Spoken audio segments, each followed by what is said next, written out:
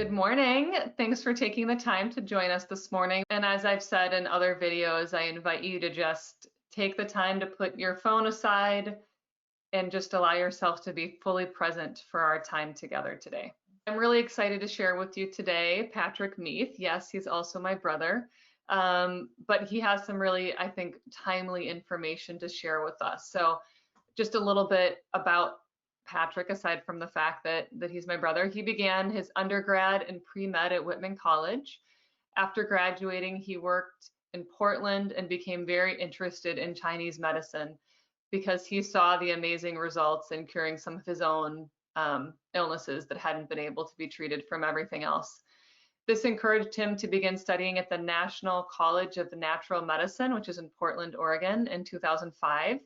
During his studies at NCNM, he decided to deepen things even more with Chinese medicine and really go to the source to study Chinese language and medicine in China.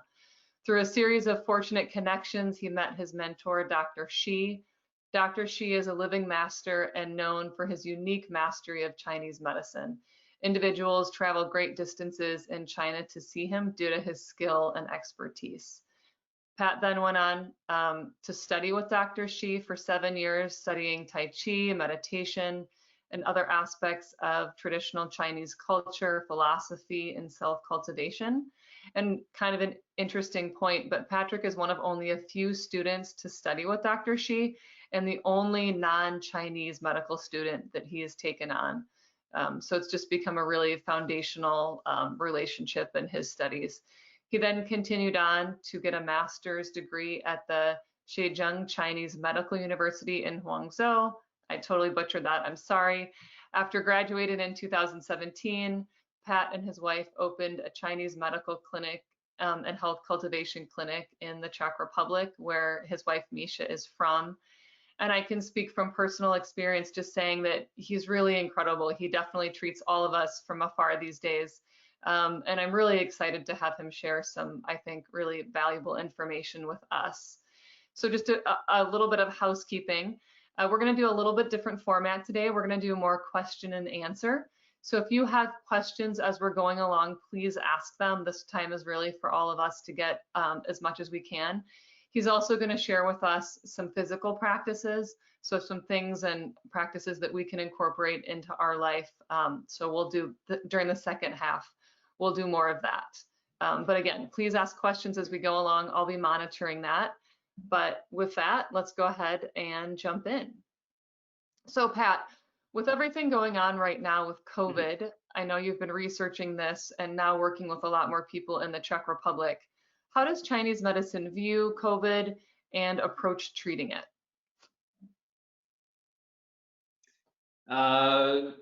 Well, it's something I followed from the beginning, from before before even the first cases got to the West, and it was, I have to say, it was really a very cool study opportunity because of the way that Chinese medicine doctors were working with the telehealth, and so they were often working with pictures of the tongues and then symptom pictures, and there were a lot of times when the doctors they share their case studies, they don't include pictures, like diagnostic pictures of the patients, and oftentimes they aren't working with in inpatient environments either, and especially sharing that kind of information with other doctors.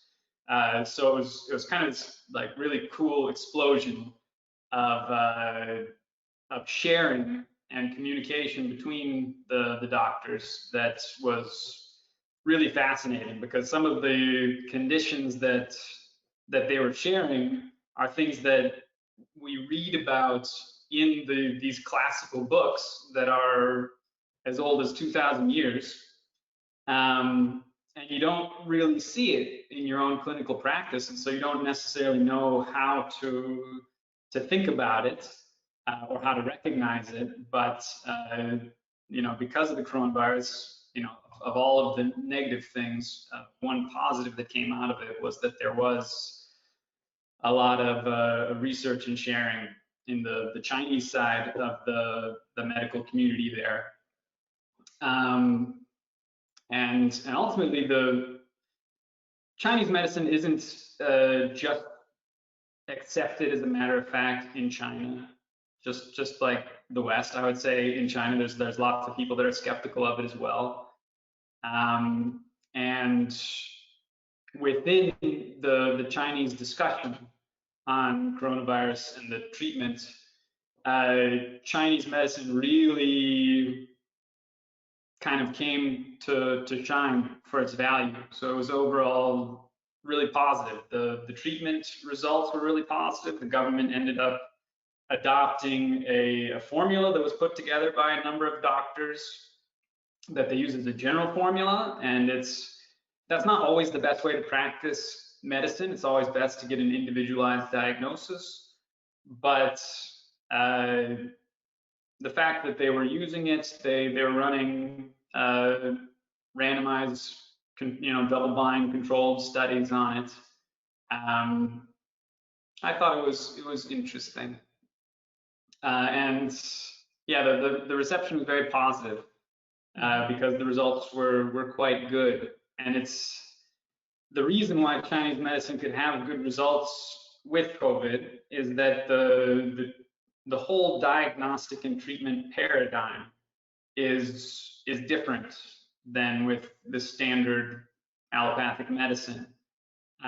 You don't need to know specifically what bacteria or virus or other physiological or pathological cause is happening in a patient. You just look at the symptom picture. So it's kind of a physiological pattern recognition system. And each pattern in Chinese medicine is constructed out of a constellation of symptoms. And I think constellation is a really good word for it because these symptoms aren't necessarily directly related to each other, just like the stars in a constellation aren't next to each other. They can be millions of light years away from each other, but they occur together. Like we recognize them as a pattern together. Mm-hmm. And just like, sailors would use constellations to navigate on the open ocean, or farmers would use constellations to decide, okay, I'm going to be planting my crops now because this constellation's in this part of the sky when the sun sets. Mm-hmm.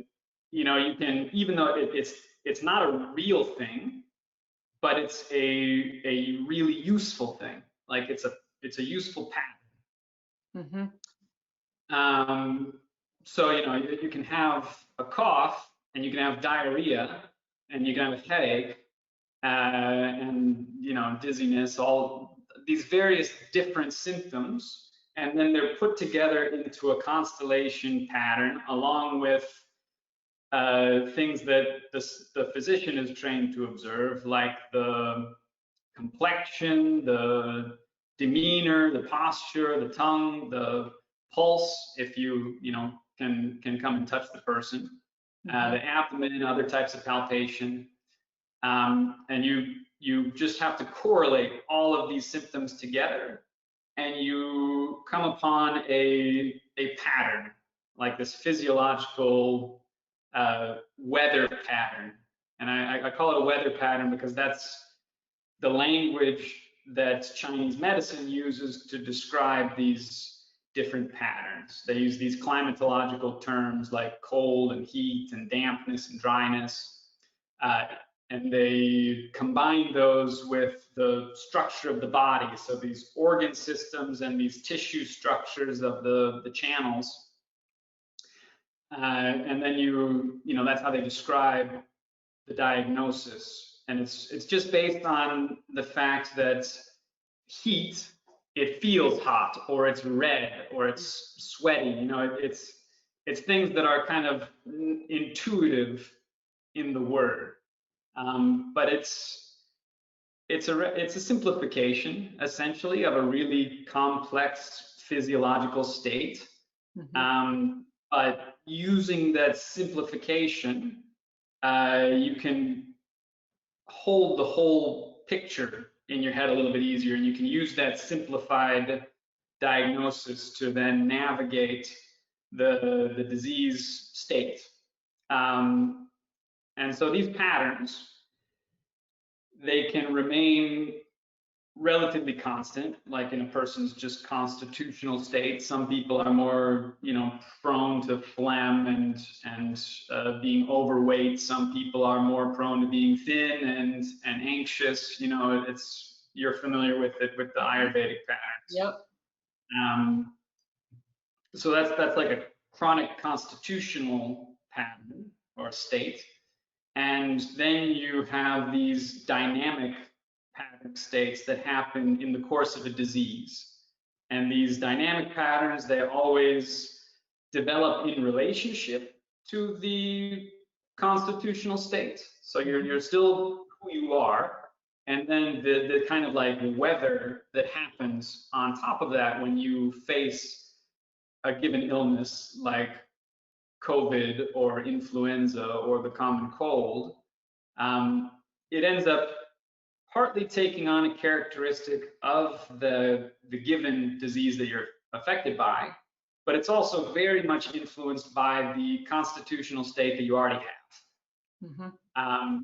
And those patterns can change rather dramatically, sometimes pretty quickly.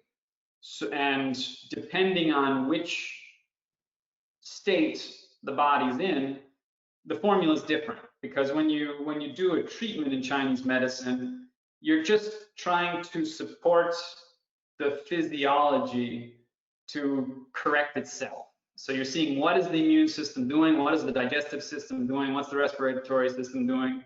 You have these herbs and combinations in this formula that are known to treat that particular state. And then when the state changes, you change the formula. And so you're not looking for like one magic bullet that cures the coronavirus. It doesn't matter if it's the coronavirus or if it's the flu. If it's the same disease state, then you use the same formula potentially. If it's the same pathogen, coronavirus, you can have two different people, they'll have two different formulas. And they can both be treated successfully because they start from a different place, they manifest the disease in a different way, and so they need different treatments to bring them back into their balance. And I think that's a really important distinction maybe that gets missed, certainly as I watch things in the West, of just, it's individual. Even though it might be COVID, the way the symptoms somebody has are different, the way that it's treated is different. So that's, yeah, if you want to talk to that a little bit more. I mean, there are there's some common things that are happening with COVID that don't tend to happen in other diseases, like this loss of smell and the COVID toes. These Chinese medicine calls it, recognizes it as a blood stasis or a phlegm and blood stasis mixed together, especially as the disease develops, if it's allowed to reach this kind of more severe state. You get this thickening of the body fluids, which is quite terrible.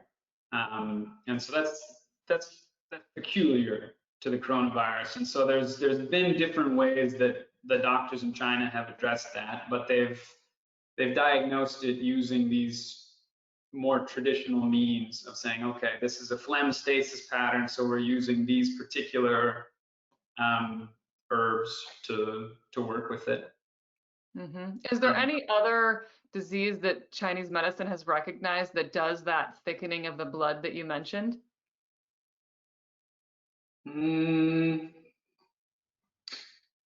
Not acute diseases that I'm aware of. Yeah. I listened to a lecture from an osteopath, a DO in America. I forget which state he was working in, but he was in the hospital and he was still touching the coronavirus patients because that's his training. DOs tend to have a little bit more hands-on training. And he was just noting how interesting the tissues felt, that it felt like he was, instead of the the muscle feeling more watery, that it was feeling like really sticky, like tar. Um, I don't know of anything that causes that. I mean, there's chronic conditions that cause a higher viscosity in the body, but no, I mean, there's some things that are just new with coronavirus. Mm-hmm. And are certain body types, you had mentioned some body types that you've noticed be more affected with certain things as we think about the coronavirus?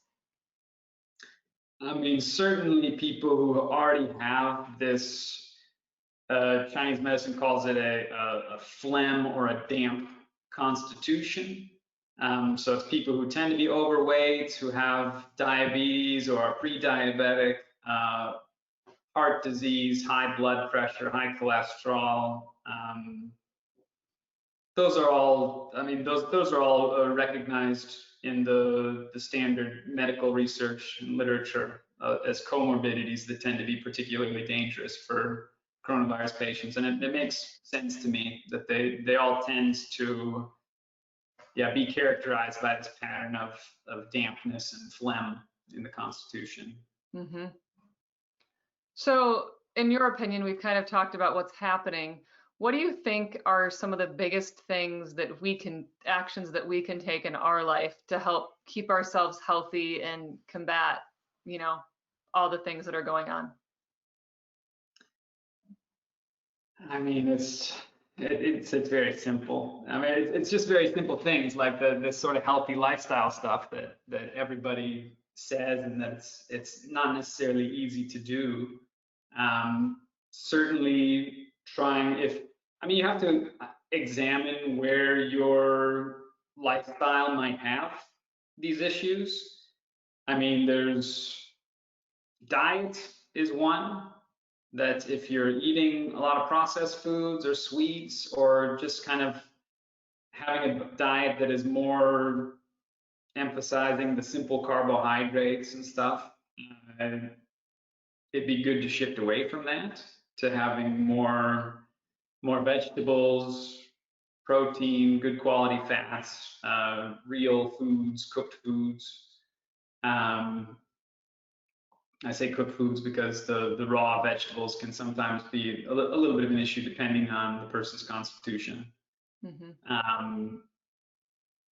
Good sleep, making sure that you have a good sleep regimen. Ideally, getting to bed most nights before 11 o'clock at night.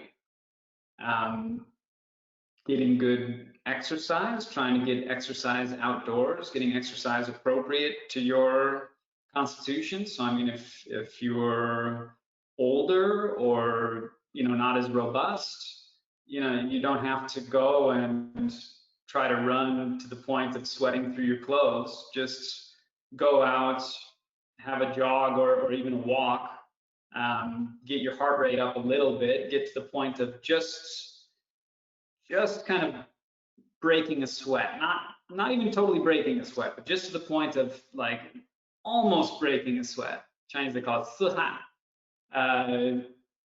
that represents this sort of warming up and filling of the body in terms of qi and blood circulation. If you're more robust, obviously go ahead, go out and sweat and get yourself a little tired and feel like you've burned off some energy. What else?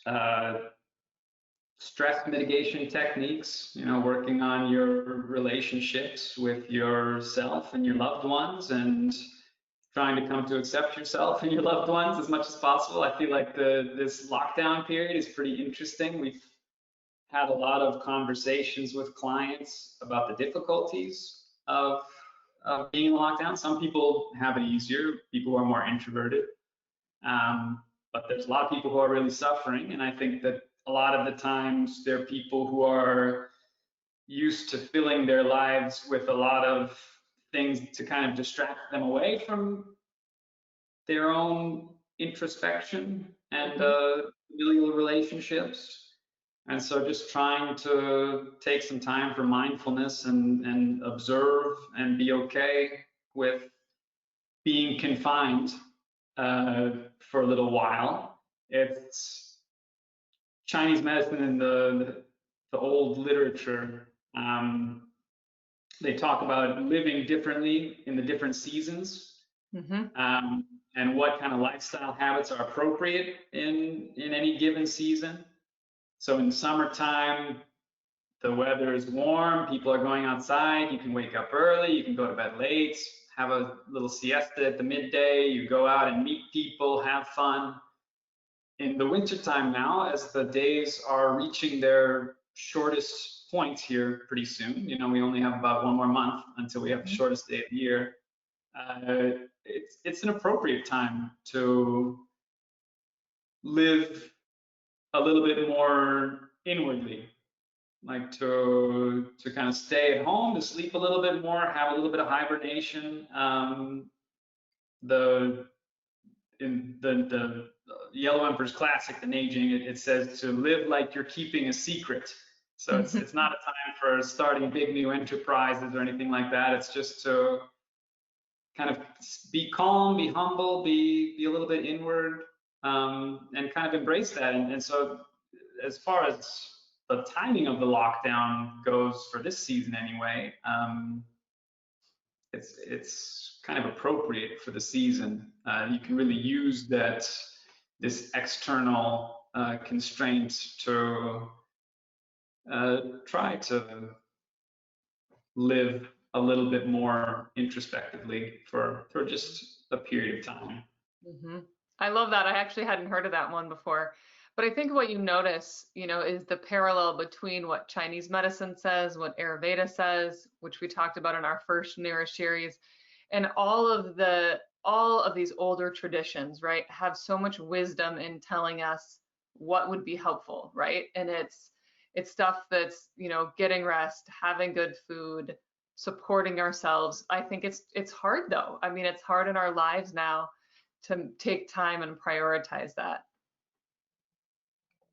Yeah, I mean the world is not made in a way that makes it very easy to take good care of ourselves, and it's been like this forever. I mean, this book that I just referenced, the Huang Aging, the Yellow Emperor's Classic.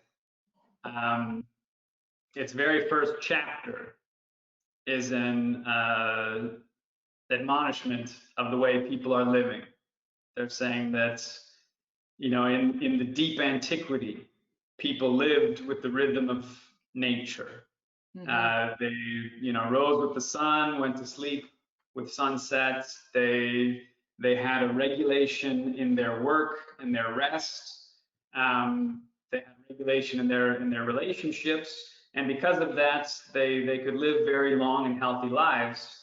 And nowadays, this is 2,000 years ago. Nowadays, people aren't like that anymore. They're getting drunk and staying up late and partying too much, eating all sorts of rich foods, and they reach half their tiandian, which is this kind of life allotment. They said it's 120 years is the allotment that we're given, the longevity allotment that we're given, and they're reaching half that age and they're already falling apart.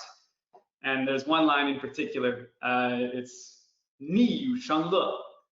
That is, Ni means to go against the rules or to go against the flow, and Yu Sheng is to bring about Le, entertainment. So like kind of petty entertainments. We're going against the flow of nature and these kind of rules to live by in order to have some petty entertainment in our lives.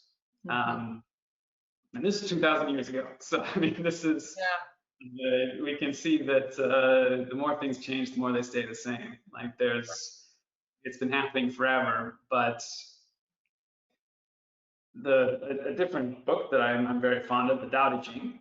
I'm sure everybody here has heard of it. They talk about three different ways of reacting to these kind of rules of nature when one encounters them. They say that the intelligent person, when they hear about the Tao is the way things work.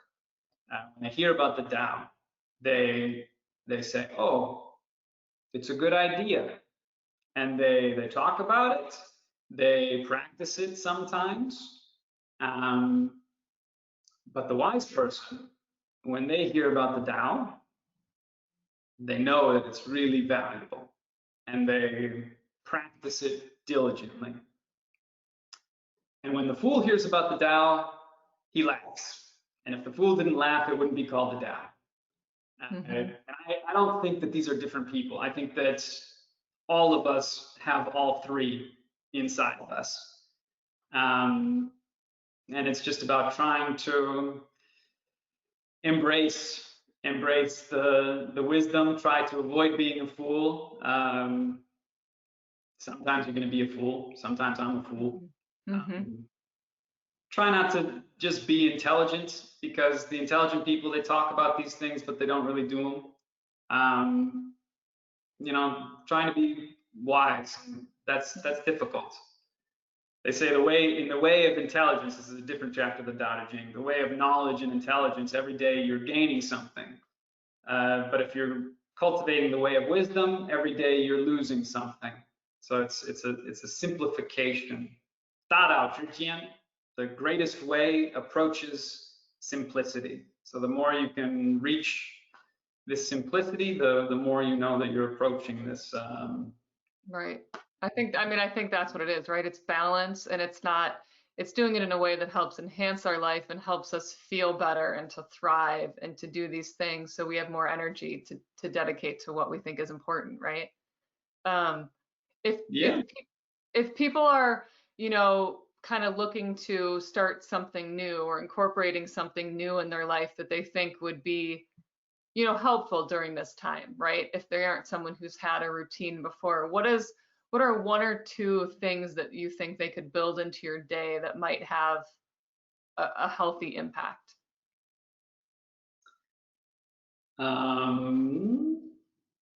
Well, I mean, it's kind of individual, because you have to look at what their day looks like now. Uh, Certainly having some regularity in the day is a good idea. So we know this from more modern studies on the biorhythms. Eating at the same time, roughly the same time every day, having a period of time in the day that you're not eating, so you give your digestive system a break, exercising even at roughly the same time every day. There's runners who are regularly running every morning. They start to sweat a little bit when they're putting on their shoes before they even start to run, because their body's saying, okay, this is what we're doing now. It's this, this is the time. The signal's there. I mean, the body's like a dog. It's like an animal. It's getting these stimulus in our life, and it's already trying to react and work with us. So same if we have regular meal times. You start to get hungry at the time. The digestive system's already turning on, so you're ready to receive the food. It depends on what the person's lifestyle looks like. I mean, I think trying to begin the day with a little bit of exercise is always a good thing. Trying to begin the day a little bit earlier. If you can, go outside in the morning for a little bit of exercise. It's terrific. Maybe not so much in the wintertime, but there's nothing like the quiet and the air quality in the morning, and especially once we get into warmer times again. The way the dew is evaporating in the morning and breathing that in. The ancient Chinese believed that was a kind of medicine in and of itself. That's cool. Yeah, so that's when, like, if you live in China, any city in China, any park in China, if you go out in the early morning, it's going to be filled with people, mostly older people, but they're all going to be doing some sort of health activity. Yeah. So that you'll see them doing Tai Chi, you'll see them doing this Qi-Gong, like patting themselves. You'll see them doing yo-yo. You'll see them dancing. Like that's one of the funniest things. I remember walking with you in China, watching that, and it was striking because it's just not something that you see in the same way in the States. Yeah, I mean, it's one of the things that everybody who would visit me in China, I would make sure to try to take them out for, because it's such an amazingly different cultural phenomenon, and it's so healthy. Like, I wish people did that in the West. Everybody in the West is so self-conscious about going out to the park and exercising there. But yeah, so that's an incredible thing to do, to just get that kind of morning routine where you're waking up early and getting outside for some light exercise or vigorous exercise if you need it. But yeah, I think that's a really nice thing to do in a day. And I'll just take a minute. If anybody does have any questions right now about, the perspectives on COVID or different things you can incorporate, please go ahead and ask them. But maybe now is a good time, a good segue to go through some of the exercises, the physical practices that you think might be helpful for people. I know there's a few that you've studied quite a bit that you can share with us. Sure. Do you want to ask some questions first? Because I'll have to move my setup here. So I can. We don't have any so far. I think the one piece I was just going to ask was, I know there's mention of this, and Ayurveda is the same, but when it comes to exercise, they really recommend only exercising until sweat forms. And you were talking about that filling up, all of us. What happens when excess comes in and when we push ourselves too hard? What do you see manifesting? Well, so I mean, everything is depending on one's needs. You want to suit it to one's needs. So this type of exercise, of this gentle warming to the point of sweating or almost sweating, it's considered to be tonifying or building. Once you start to really sweat, it's considered to be reducing or expelling. They call it 补法 and 泻法 in Chinese. So that's just kind of like a broad distinction. And so if somebody is more low energy, it can be just in the morning. You need to bring your energy up a little bit. Or if they're after a cold, or if they're just older, it's better to do this kind of building exercise. All of the recovery exercises are in this type of exercise. So joint mobility exercises, the sun saluting yoga. I mean, you could do it to the point that you're pouring sweat, but if you're just doing it as a morning routine for 20 minutes, I think that most of the time you don't necessarily want to sweat through your shirt. Yeah, it's kind of just ultimately figuring out what your body needs at a given time. If you're feeling a little lower, you're doing this more gentle rehabilitation focused exercise where you're trying to relax things, you're trying to get the breath opening, you're trying to get everything feeling warm and soft and supple. And if you really need to get some energy out and you want to exercise vigorously, then go ahead and sweat. I think that's such an interesting distinction between how we typically think of exercise in the West, of like always just maxing out. So I know for me, when I first started to learn these principles, it was a little bit of a shift in a good way. I started to feel some of those differences. Yeah, I mean, it just depends on your goal. I mean, I think that especially as people are into your 30s and then 40s, 50s onwards, it's good to look at exercises almost in the same way that you would want to balance a meal. And that meal, the portions are going to be different based on your constitution and your age and everything. So I think of these rehabilitation exercises sort of like the vegetables in a meal. That doesn't necessarily, the metaphor doesn't hold in all circumstances. Sure. But you want to balance that out with your meat or your protein, which is the strength training, which is still important. I think everyone should do some strength training, even as they get older. But it's not something you need to do a lot of, especially if your goal is just to maintain good health.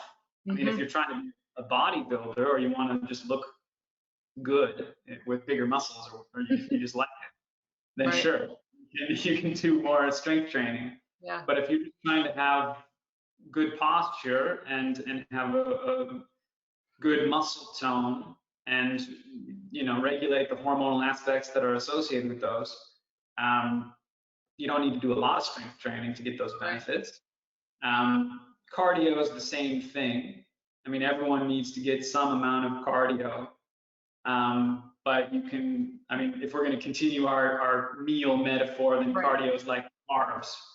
And so it's really depends on what your lifestyle is. Sure. Carbs, if you're having a sedentary lifestyle, you don't want to eat so many carbs. With cardio, it's the opposite. If you're having a sedentary lifestyle, you want to get a little bit more cardio. But yeah, you're just looking for a balance between these three things: strength training, the cardiovascular training, and then this rehabilitation training that is the joint mobility and breathing and feeling your body, having this just a focus on awareness. How do things feel? Which areas are sore? Which areas are tight? Yeah. I think as you get older, or if you have an injury or anything like that, you put more of a focus on these rehabilitation exercises, and you really can't overdo them. Right. Unlike cardio and strength training, which you can overdo. Sure. You can't overdo these rehabilitation type exercises. So one question before we jump into you leading us in the exercises, someone had just asked, any general tips or remedies specific to pregnancy during COVID? Like to protect yourself? Yeah, if someone is pregnant, there's a lot, this is COVID. Is there anything specific you'd recommend for someone in that situation? I mean, I'll unfortunately be giving the same answer for a lot of like the specific requests, is that it really depends on the person. Yeah. If to be responsible, I think you have to do a diagnosis and say like, okay, this is this person's constitution. Sure. This is, what specifically is good for them regardless of COVID, because with COVID, you just want to be in a good overall body state. I mean, you want to have a good immunity, you want to have a good digestion, which is the root of kind of all other body function. So if there's problems, then you want to get those sorted out. If you're in good health, it's just about maintaining good health and just trying to have a good diet. So, everything we've talked about. Yeah. You do, and I'm talking as a man here, so I'm just speaking from a more theoretical perspective. But I mean, you do want to partly honor your cravings, but you want to try to do it in the healthiest way possible. So I mean, if you're craving ice cream all the time,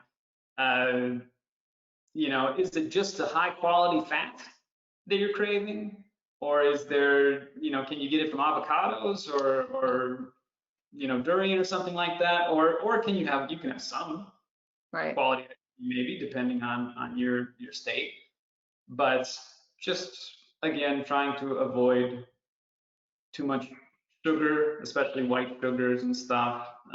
Avoid the processed foods. Yeah. Make sure you're still getting exercise, in a moderate amount. You don't have to, be sweating yourself silly when you're pregnant. But yeah, it's very personal. I think there's not any like specific herbs I would say, oh, take take this, because it's, for one person, yes, for one person, no.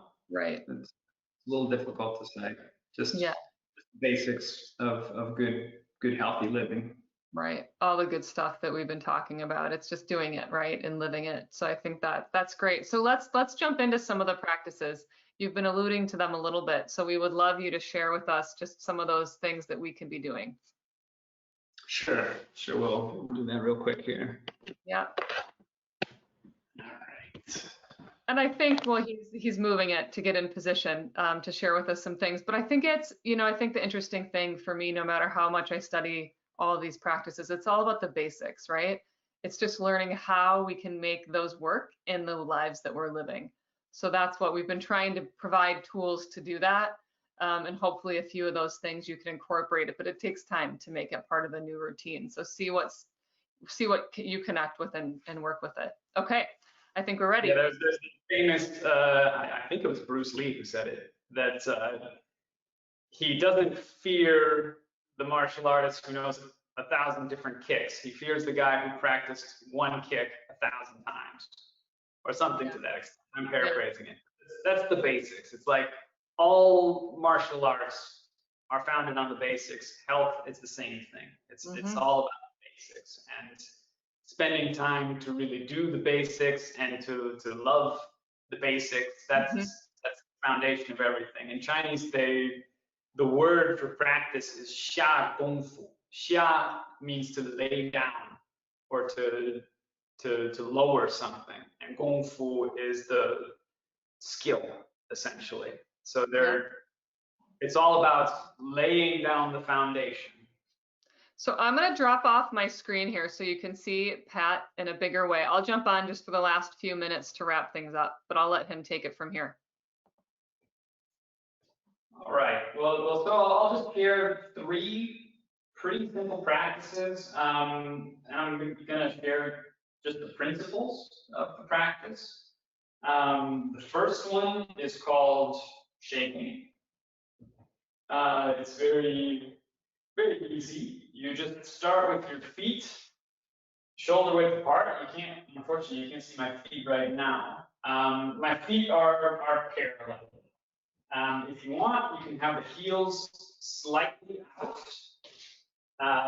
especially if you're having problems with lower back tension. That just helps open up the lower back a little bit. If you're standing with like duck feet, then you're pinching the lower back. But so either feet straight or feet slightly in. And when you're standing, just then take a moment to close your eyes, try to relax your neck and shoulders. You want to elevate your posture, not in any way with tension, but in a way that it also feels like there's this string, like a marionette string, coming right out of the crown of your head that just helps extend the neck upwards. And then otherwise, you just let the body relax, sink down. Put the tip of the tongue on the roof of the mouth. You'll be breathing through your nose. And take a moment to scan through your body. Just feel any place that there's tension, heaviness, left, right, imbalance. Just you're making a sensory picture in your mind of how your body feels. If you don't feel somewhere, then that's just an area of the map that you don't have right now, and that's okay too. But just make this sort of sensory map of your body. If you're practicing this on your own, take maybe 5 minutes at most. You can do longer, obviously, if you want to. But when your mind is settled, when you brought the focus to the body, then you can start. And when you start, raise up onto the fronts of the feet, and then come down and begin to shake. And you can do it eyes open, eyes closed, doesn't matter. Whatever's comfortable for you. You want to feel the shake like it feels like it's coming from the center. They call this lower abdominal area, in Chinese it's called the lower dantian. Japanese they call it the heart. You want to feel like you're just bouncing this area, and with the bounce, these vibrations are extending outwards and coming back to the lower abdomen.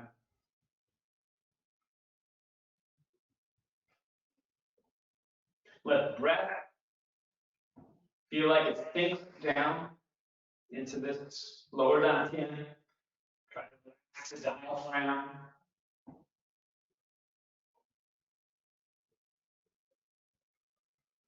And I'm trying to use as little muscle power as possible just to keep the ball bouncing. It's like bouncing a basketball. You don't want to use any more power than you need to.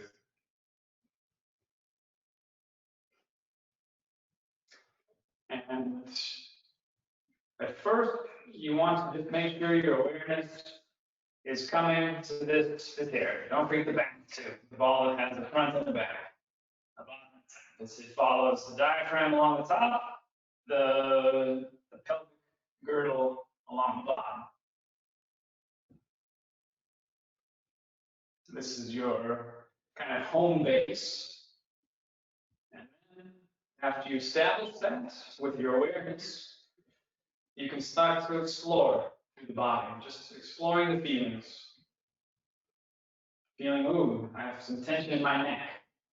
And then feeling it, you're not trying to change it, you're just trying to feel the structure in greater and greater clarity. So first, when you're practicing, the feelings are going to be rather low resolution. As you continue to practice, there's going to be more clarity. It's like you're going to get into HD.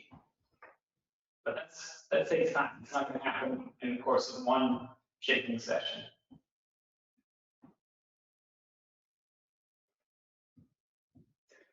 And as you're feeling your body, you can just explore through different places. Make sure you're frequently coming back to this home base in the dantian.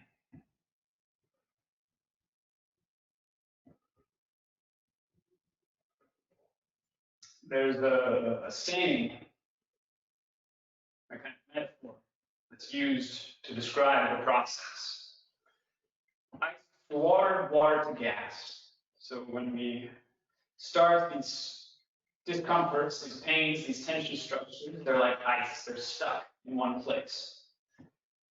And as you shake, as you warm the body, as you relax the breath, as you bring this kind of light of your awareness to the areas, then they'll start to change shape a little bit. You don't have to try to change shape. And that's like the ice melting. And the ice is melting into water, and it's going to change shape. So the tension area is going to move to a different location. And you want to follow it as it moves. And keep breathing with it, keep relaxing.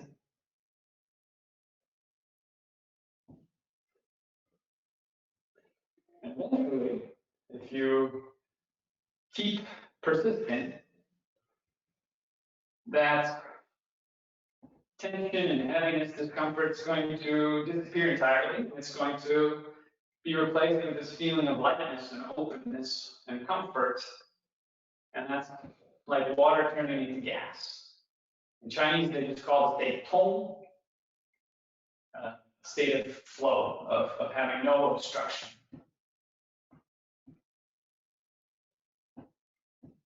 And so the goal of shaking is to get this feeling of unobstruction throughout the entire body. There's going to be different levels to that. So you might feel one day, oh, I don't feel obstructed anymore, and then you'll realize that there's some deeper tension structures that I haven't even touched on because they've been so frozen that I haven't even felt them.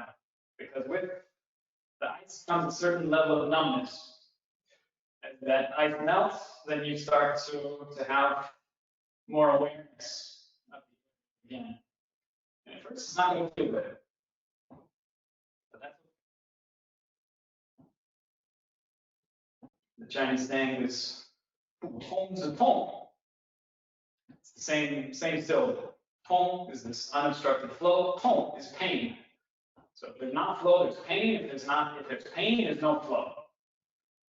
And so if you have a pain, it's your job to be creative and to figure out where the pain is.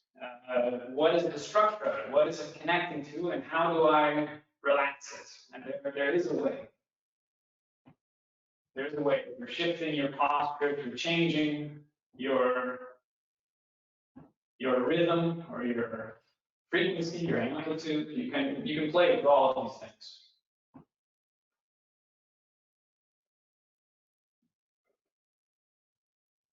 And so at the beginning, you might practice for 5 minutes, 10 minutes. People who really get into it, they can go upwards of 45 minutes, an hour. I had a teacher his teacher, he wouldn't even accept students until they had a regular practice of 45 minutes of shaking. So, of course, when I heard that, I had to try it. But it's important to build up slowly. If you really plan to develop a practice, you want to slowly increase the daily amount of time. So maybe add 5 minutes each week, like really take some time to get there. You'll experience very different states of your body as you increase the amount of time of the practice.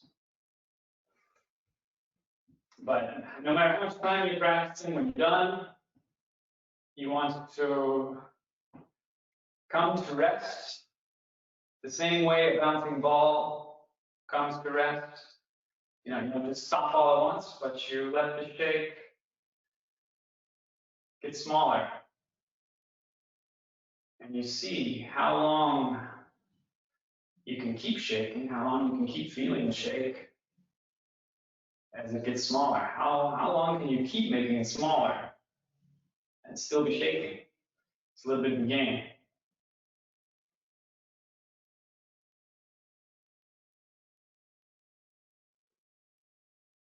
And as you're letting it get smaller, you're bringing that awareness into the lower dantian. Almost like you're listening to a bell as the sound of the bell travels off into nothing, into the distance.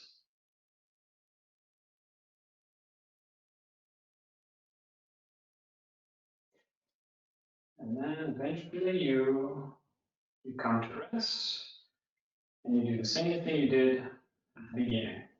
You take stock, make a little awareness radar scan of your body.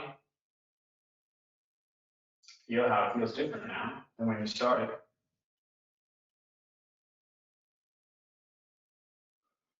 And then slowly come back. It's nice to do a little self-massage afterwards. We're going to transition into the next exercise. It's good to follow with this next exercise, which is called padding. This is a good exercise to do before other exercises.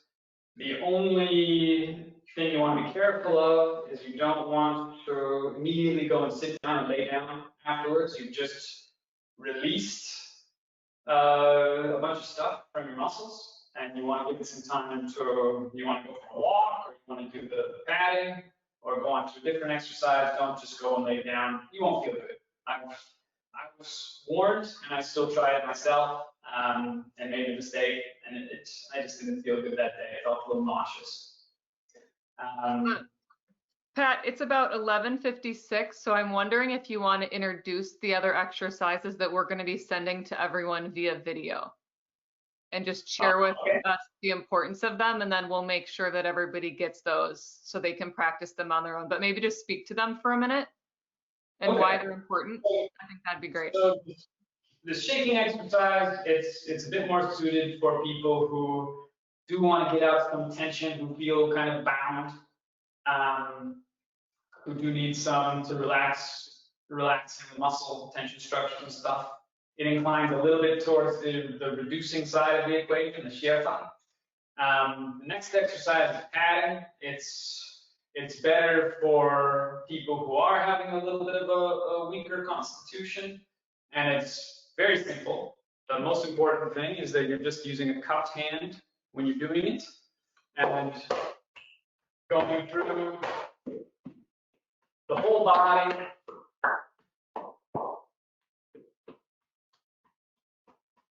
Try to reach everywhere. You can be creative.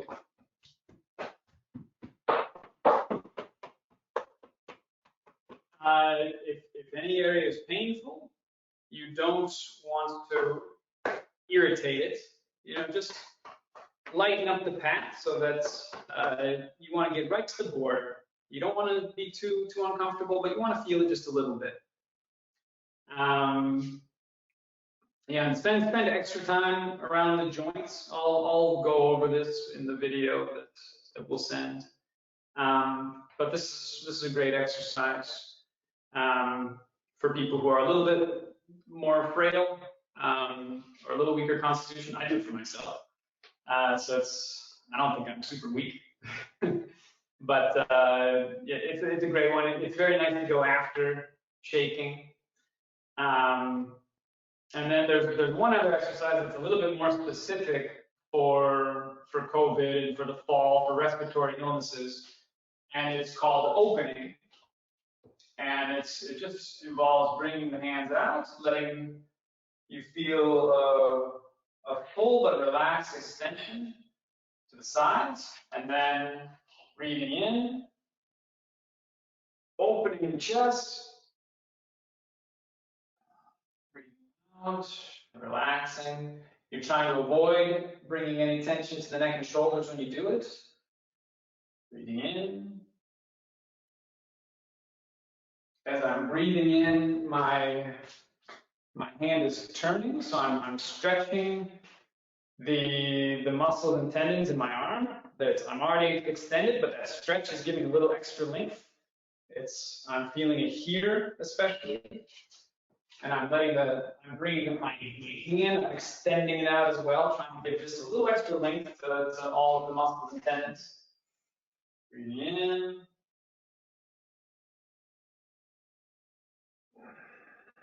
Breathing out, when you go out, you can also come down if that helps you relax the back.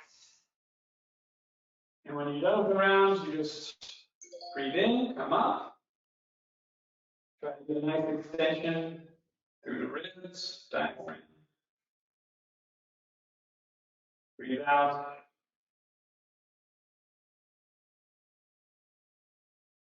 And come down.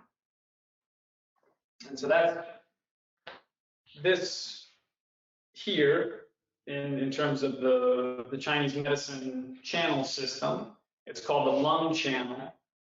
These points here, especially, they're considered to be the lung food points. There's special points on the lung channel. There's a lot of lymphatics in the area. If you have a respiratory illness, there's going to be some constriction in this area for sure.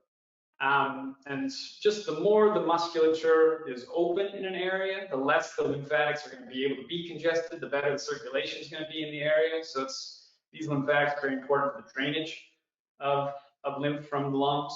So this is a really good one to use in illness. And if you just have a tendency to having more shortness of breath or a little tension in the chest, just opening it up, and as you continue to practice, you can open up even further. So you're opening the pelvic girdle, you're opening the diaphragm, you're opening the whole front of the body as you go back. But that's a particularly good one for this time of year and respiratory conditions. Great, that's awesome. And we'll make sure that you get all of the videos so that you can refer to those and practice them if there's any of those that you feel like might connect for you. I know for me, they're really helpful, and incorporating them at different times can be great. So Patrick, thank you so much for joining us today. I hope you all enjoyed this. It was really fun to share with you some of what I think is some really important information. So we'll make sure we get all that information to you. And also just a huge thank you as we wrap up this Nourish series. It's been a ton of fun for me to share this with you. So I just want to thank you for taking the time, and we'll make sure you get all the videos. So if there's still anyone you know that might benefit or needs some extra nourishment during this slightly crazy time, please feel free to share it with them. And I'll be sending out a short survey. If you could take the time to fill that out, I would love any feedback as we think about maybe doing something in the future. And then finally, I'll be sending out another just bonus video on how you can nourish yourself financially, just some additional thoughts that I thought might be that some people have asked me to share. So wanted to get that in for you. But Pat, any final words? I mean, is there any questions that anyone has? There's a few lingering questions, so I'll make sure that we get those addressed from those who have asked those. We'll make sure we get those to you. Just want to be mindful of time. But again, thank you again so much to you, Pat, and just thank you again for everyone for taking the time to find some new ways to nourish yourself. And we hope you stay healthy and have a great day. Bye-bye. Take care.